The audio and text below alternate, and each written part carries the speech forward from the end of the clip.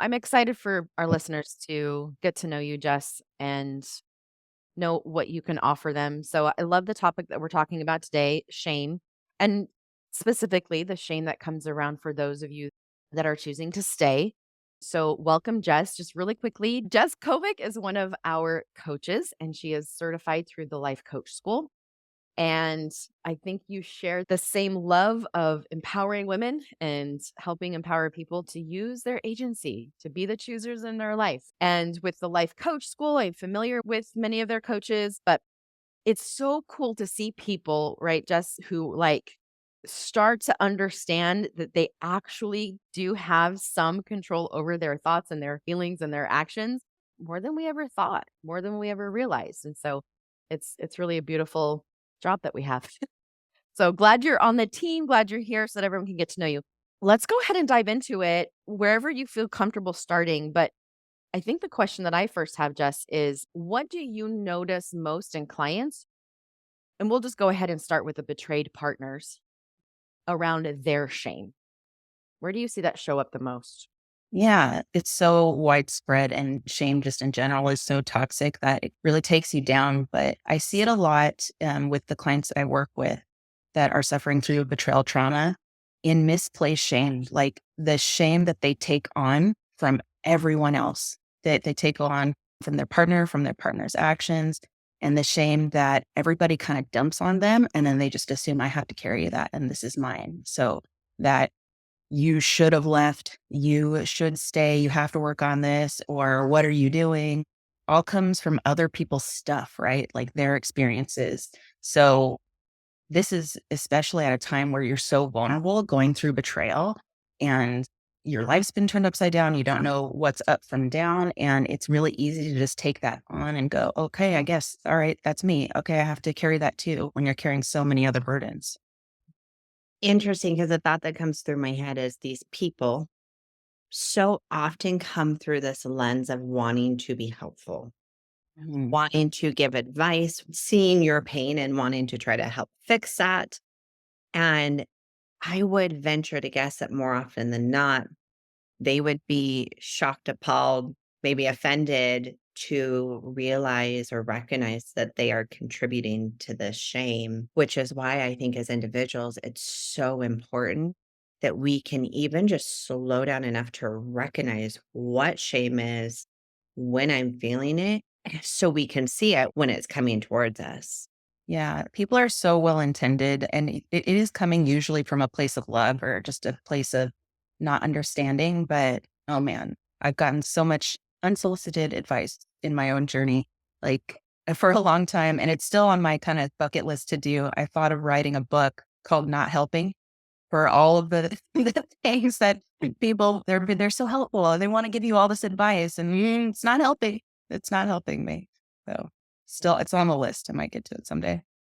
I love it. Do you mind, if you're comfortable with this, sharing some of the examples of this quote unquote help that was not helping?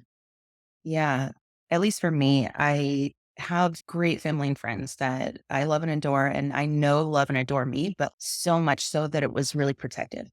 They didn't want me to be hurt ever. And obviously, when you go through this journey, you're hurting loudly, bleeding all over the place, and they want it to stop. So they're like, you just move on. You get away from this thing that is hurting you.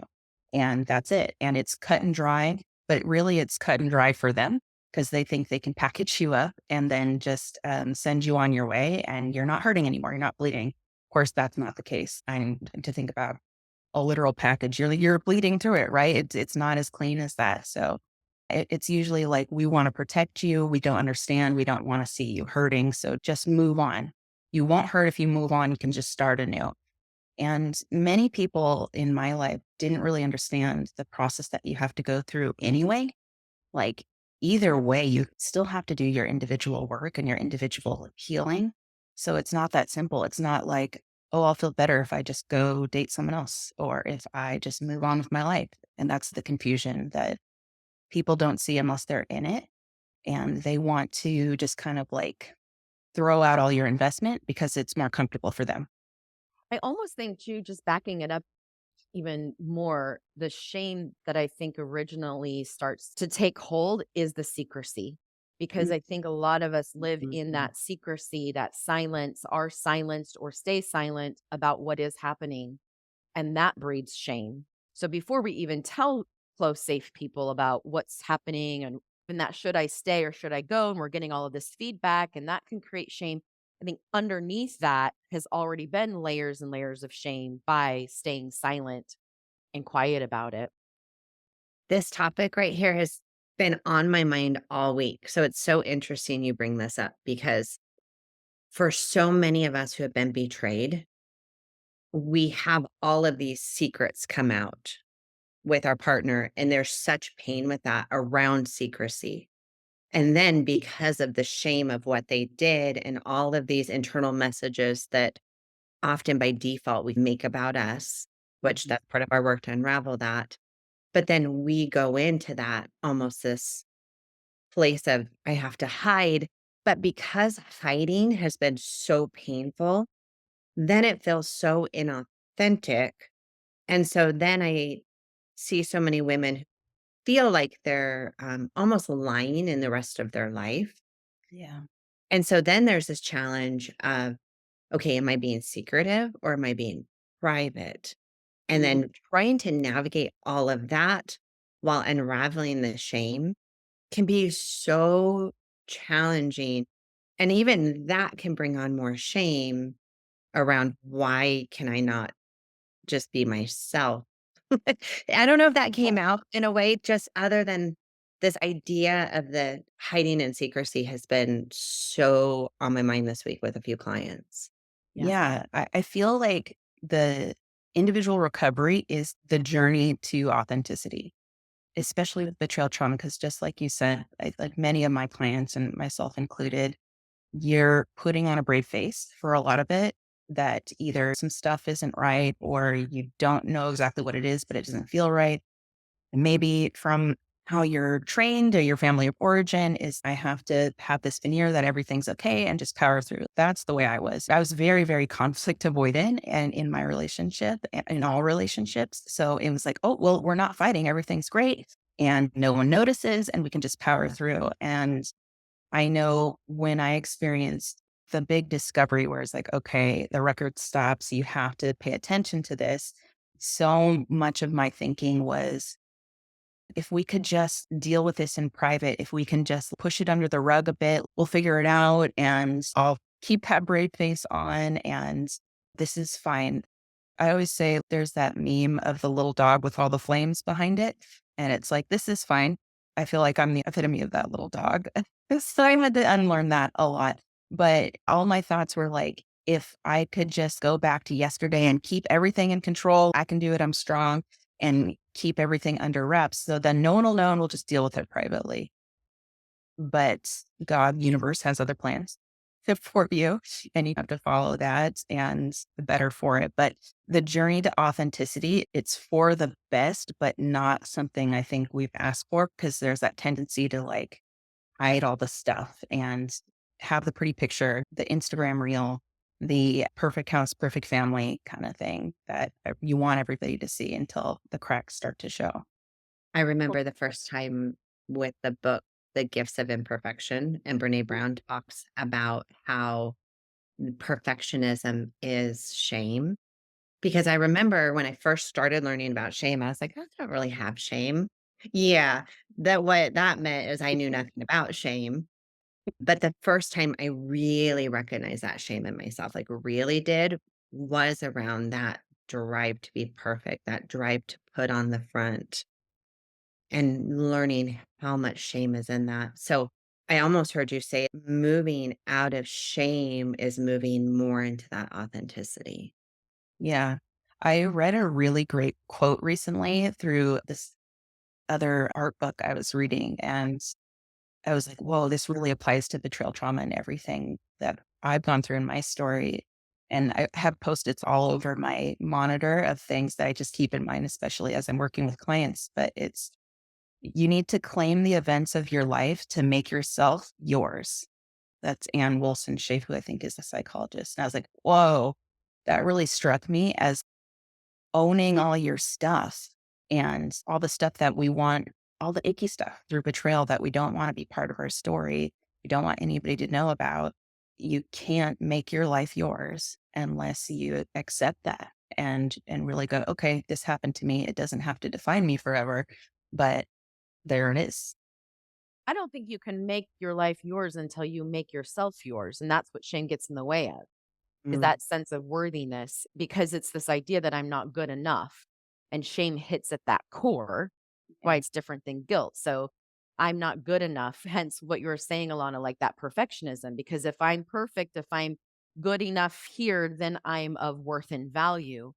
And Mm, so ultimately, when we're doing our healing work, it is unpacking all of the layers that are covering the core, and that is that you at your core are enough and of 100% of worth and value no matter what. mm. But this is what shame gets in the way of seeing and doing that work. So it's interesting because you'll see a lot of women and men in their recovery, it's shame as well, but they'll do all of these outside layer things that are still good and hard.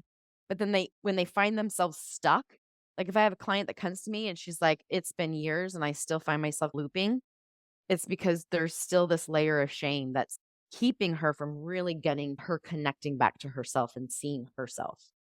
Yeah, you mentioned the difference between shame and guilt. I feel like shame is the lies, the narrative of lies that we tell ourselves that keep us saying, we talk about it with the betrayer side, where they get stuck in that shame of, oh, I'm bad. I might as well just be bad and do all the bad things. But these are the lies that infect and drive the fear actions out of fear. For someone that has betrayed or is struggling with addiction or compulsion, it's like, well, I might as well because I'm bad. And the shame maybe on the betrayed side is, I deserve this, those lies, or his actions or their actions are a reflection on me. It's because I wasn't enough somehow, or it's because I didn't matter. Like all these lies that would sit with until we start to unravel and go, maybe that's not true. Maybe, maybe that there can be a different narrative here. I tell my clients, give the shame back to who it belongs to. And not that I want anybody to sit in shame, but we take on so much, like we were saying before, of other people's stuff. So if someone betrayed and acted out of their own value system, give that back to them. Let them process through that. That's not anything that you did. Work through your own stuff. And we take on so much of like, oh, well, they did that. Now I have to sit in this story of the muck and like my perfect veneer is gone. But it's like, wait, you didn't do anything. Why do you have to be ashamed? It sounds like such a simple concept, but depending on how deep that shame goes and how many years we have been in it, some people for a lifetime because of their family of origin, some people through the whole course of their relationship. And so, what you just said there for our listeners, rewind and listen to it again because it's so essential. And please be so gentle with yourself because it's such a journey and such a process to unravel this.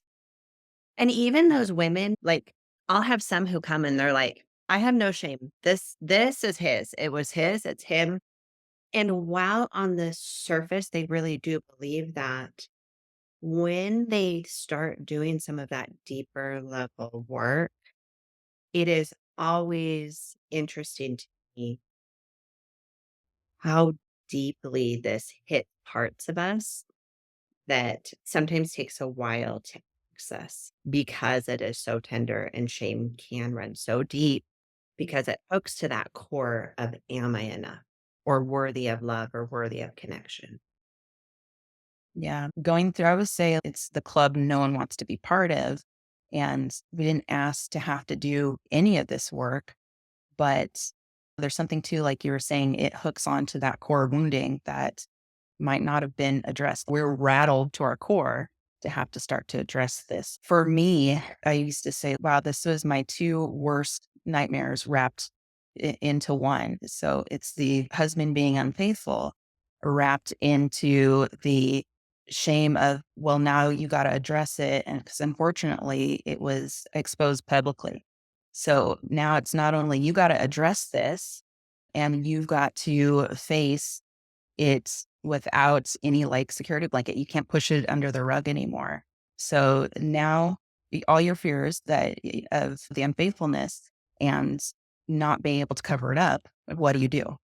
So I had to be forced into this healing and be forced to address the stuff that I didn't even really know was there. Can you tell us more about your experience, whether personal or as you work with clients, around the shame that comes up for those who choose to try to stay in the relationship and try and make it work? Yeah. Yeah. I feel like it's those lies again. If we choose to stay, what does that mean about me? What kind of a person am I? In all the narratives of what ran through my head was, oh, well, you're weak. You aren't strong enough to move on, or you don't think you can find better. And just society has all these messages of that's what strong women do.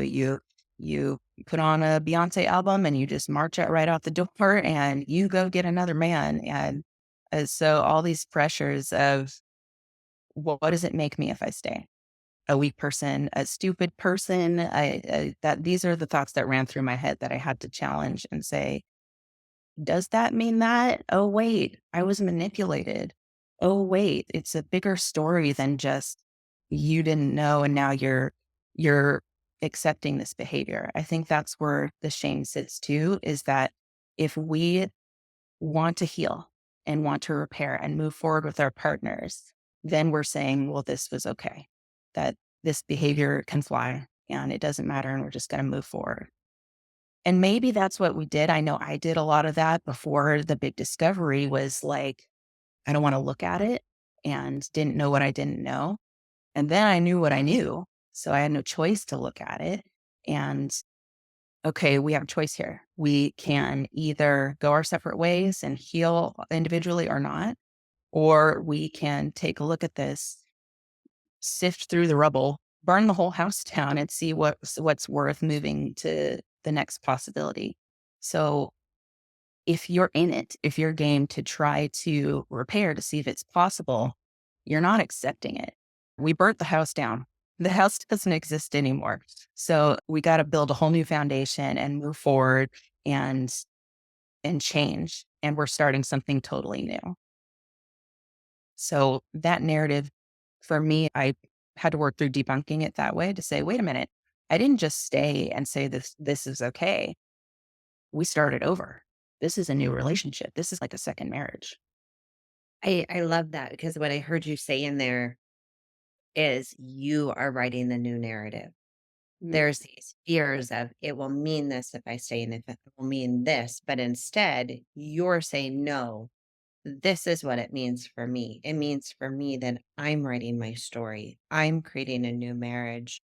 And so, in essence, you're rejecting which ones don't fit for you and then owning what does. And I think about there's no easy path here. Mm. You leave the marriage, it's hard. You stay in the marriage, it's hard. And so it's a matter of choosing your hard. And it's so unique on what that right answer is. I'll have clients sometimes want, and you know what? I wanted this in my therapist too. Of like, just tell me, is this unhealthy? Is this salvageable? Should I stay? Should I go? They won't tell me Yeah. because nobody can come to that place but you. Yeah. They can lead, they can guide, but ultimately it's me who has the pen who gets to choose what story I'm writing. And until I really owned that, I stayed pretty stuck. I did the same thing. I wanted someone to tell me the answers or tell me this is normal, this is okay, or tell me the opposite, something definitive like, no, there's no possible way. You can't fix this. There's no healing possible, or this is one of those unforgivable situations. And yeah, no one would tell me that. I spent so much time Googling and searching for stories of people that had survived, couples that had healed and moved forward. What I was looking for was my exact story. Mhm. And Mm. Spoiler, never found it. That doesn't exist except for with me. There'd be like snippets that I'd take here and there. I'd go, okay, that's like this. That's like this. But I wanted the playbook of, okay, this is exactly how you did it so that we can do it too. And I had to carve my own path. We had to carve our own path as a couple and do what worked for us. So, but I clung to that for a long time, looking for the answers or looking for the way to do it right or the this is normal, you're okay. Yeah. You were talking about burn the house down, create a new relationship, start over there. And when you get your partner's buy-in to that, then you really are working on the individual, the coupleship, you're building something new inside you and together. And I also see shame show up for the ones who do leave because their partner either didn't buy in, and now the shame is, I'm not worth fighting for. So what's wrong with me that he didn't buy into this coupleship and repairing? Or you are a quitter. You're ruining the marriage. You're not strong enough to work it out. You should be strong enough to hang in there longer and work it out.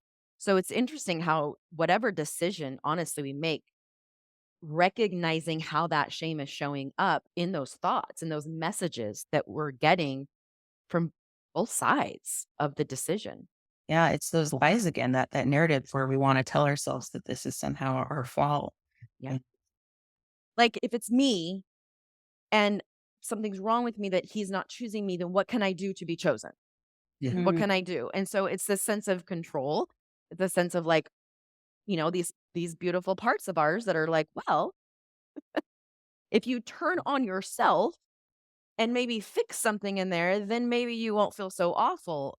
Hence why shame is such a stickler. Yeah. Yeah, it's so heartbreaking. I went through it and I see clients go through it too of we tear ourselves down as if we haven't been torn down enough by what we've been through betrayal.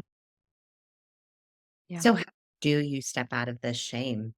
As we're talking, I'm going, oh, shame in and of itself just carries a heaviness to it. Shame almost like the more shame we have, the more it just weighs us down and keeps us stuck.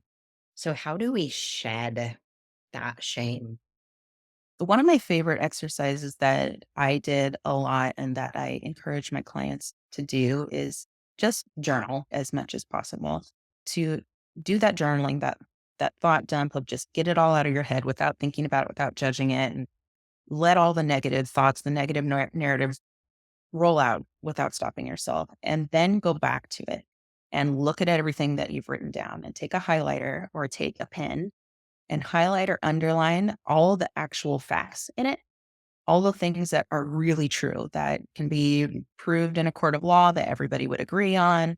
And I surprised myself when I did it how little was factual in it. And you want to argue it, right? You want to say, like, oh, no, but this is true. But when you take those rules of everybody has to agree on this, and it's like, well, okay, this isn't true. This is okay. This is all opinion. So it doesn't happen right away. I think you need to do that exercise a lot and really let it slowly start to unravel and start to realize, okay, there's no truth to this. And then you can invite opposing opinions in. Like, this happened because I wasn't a good wife or whatever.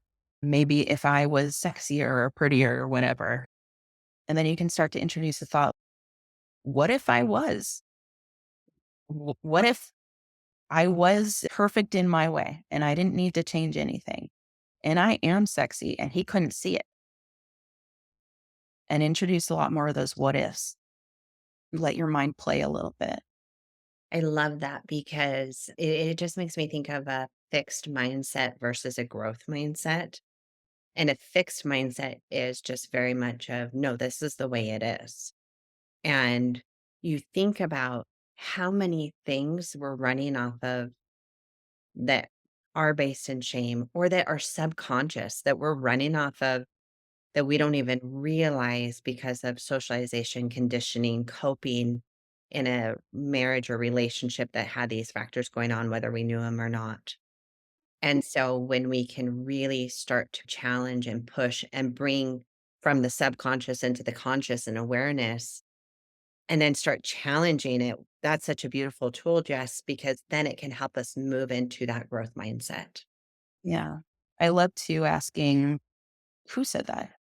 Whose voice is that? Because often it's not our voice. It's someone critical from our past, or maybe a character we've invented that is this really negative presence. And to identify and maybe even personify that as that's something else outside of me. That's not me. Where did I learn that? Who's telling me that? And do I have to believe it or not? Mm. It can feel so true, these thoughts, these beliefs. And depending on where you're at in your journey, it's difficult to look at all of those on paper and go through and see which one is true and not true. And I love Brene Brown's antidote to shame, and it's empathy. And so having that empathy for yourself first as you go into these tools that you can use to sort through and do more of that critical thinking, really allowing space for empathy of why you're feeling shame and stepping out of that judgment that we're in this space. I love her work on that. What's that book? I thought it was me, but it wasn't, or something like Oh, that. Yeah, mhm. it's a good one too. Especially in a journey like betrayal. It's so layered. Every time I thought I had conquered my own shame, I got to another onion peeled layer of, oh, now there's shame around that. Which Or, kind of sucks. I just wanna, oh, like, it sucks. every Yeah. time you think that I'm good, I got this, and then you're like, "Ah, crap." Yeah, absolutely terrible. And I'll say for me as a coach, it was like the shame of this happened to me, like it's my fault, and working through that and like, okay, I've got to get a handle. This wasn't my fault. This is him. You got a problem. And then the shame of staying. What are people gonna think? What are my family? I have to brave through that and own my decisions. And then I was just talking with the group that I lead about shame, and there's another layer being a coach and working in this field. And one of the ladies is like, oh, well, how did you do it? Now you have to stand up and tell everybody I'm a coach in this space. And I was like, you know what? I'm still working through it. That's another layer of my own stuff of saying I work in this space. And then our mind goes wild of assumptions of what other people are thinking. And they may or may not be. But again write these narratives of, oh, what are they going to think? And then I know the answer from my own coaching and own work on it, but I still struggle with it is like, okay, let them. Maybe they are, maybe they aren't. And why is this important to you? For me, doing this work is important for my own healing to continue to reinforce these tools and these ideas, but also because I know how much it sucks and I know how many people are struggling with it and I need help. So to me, it's giving back, it's a service. I gain so much from the wisdom of other people that have been through it, other people that have done work on the subject. I dove headfirst and learned all this stuff. So I was like, what do I do with it? Well, I want to give it to other people and be of service. So is that more important to me than the shame of, oh, crap, people know that I went through this? The amount of people who think that their coach or their therapist just now has it all together, and I get that, like, wanting to believe that because there's comfort in that. And Amy and I were just talking about this last week when we were shooting the breeze forever and not recording our podcast. But we were talking about how people will come to us and be like, "Oh, you have it all figured out. Tell me what to do." And we are worlds ahead where we were when it first came out, and worlds ahead where we were the first year, 2 year, 3 year. And we're still human, having very human experiences.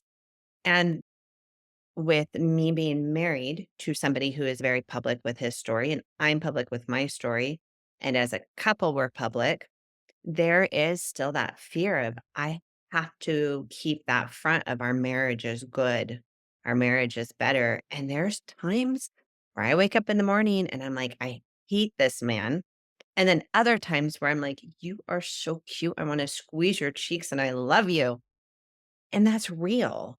That's part of being human. But it's just interesting that, like you said, Jess, we do this work and we keep moving forward and we keep healing.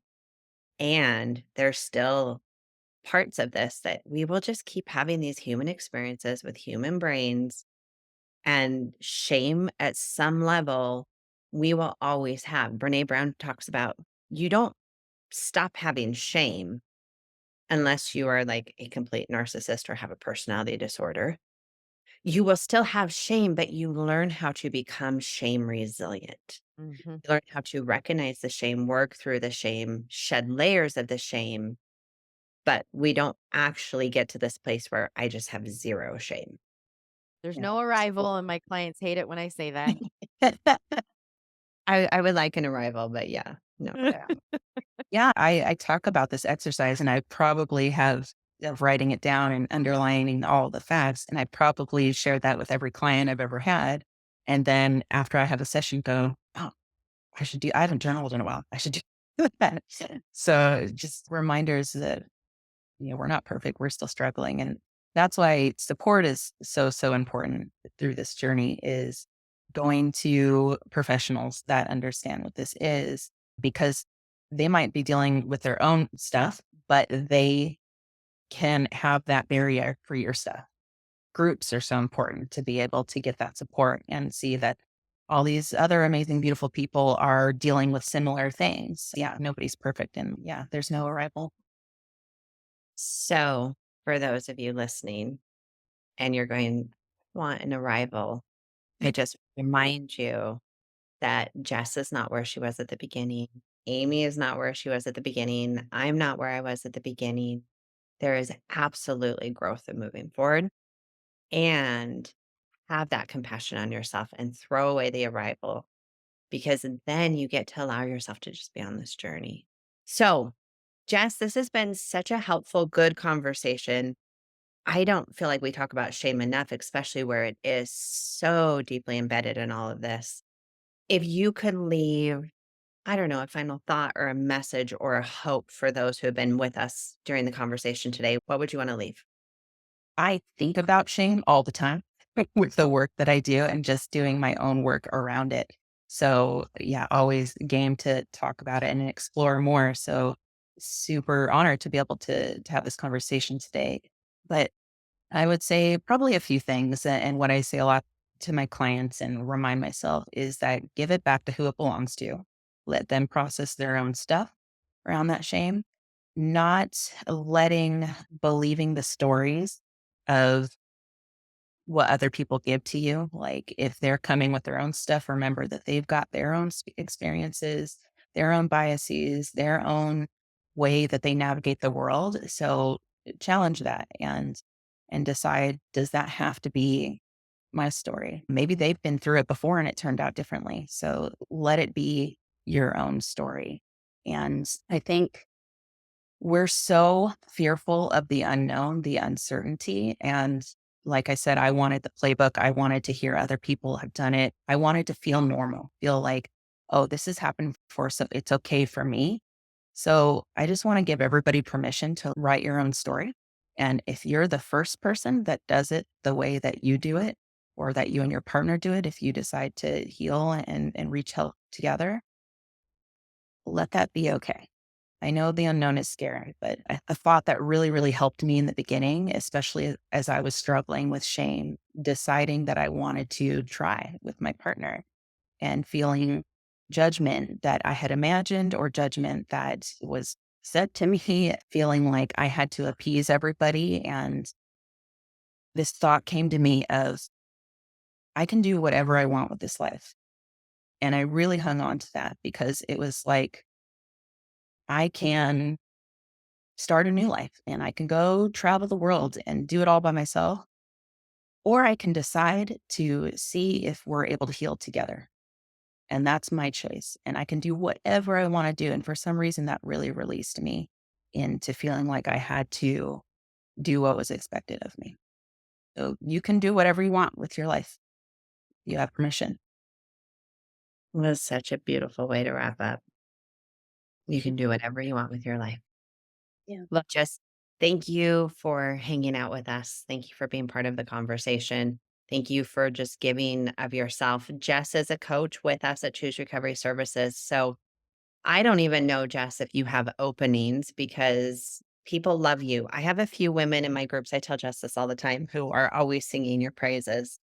But if you wanna learn more about Jess, you can go jump on there, and again, thank you, and for all of you hanging out with us today. We are always honored and pleasured that you choose to spend your time with us. So, as always, thanks for hanging out with us, and we look forward to seeing you next week. No matter where you are at in your healing journey, and we have a lot of you listeners that are in different places, the very essence of belief in yourself can often become tarnished or even worse, completely shattered. The belief that you are inherently strong, good, and whole and complete and enough just as you are can be really challenging to believe, which then makes it really challenging to believe that you can accomplish things, that you can make hard decisions, or that you can even make a decision. Questioning your own worth, doubting your abilities, and struggling to trust your own judgment is very often a consequence of betrayal trauma. And it's in these moments of self doubt and uncertainty that my coaching program, Believing in You, becomes an invaluable compass for your healing and growth. I designed Believing in You for those that are ready to take your healing to the next level. Through this program, you're going to learn how to rebuild the foundation of self belief brick by brick. You will get support in nurturing your ability to trust again, to have confidence in your decisions, and accept your intrinsic value as truth. With belief in yourself as your guiding star, you'll not only survive, you're not going to just survive, you're going to thrive. I would love to show you how. New membership openings will be available in 6 weeks, so you're going to want to get your spot now. They fill up very fast. Head over to the show notes to get the link to register. And if you're not sure if this is for you, if you're ready to take that next step, then book your consultation with me and we can chat. More than anything, Choose continues to support you in choosing recovery, in choosing to heal, and in choosing you. Take care, everybody.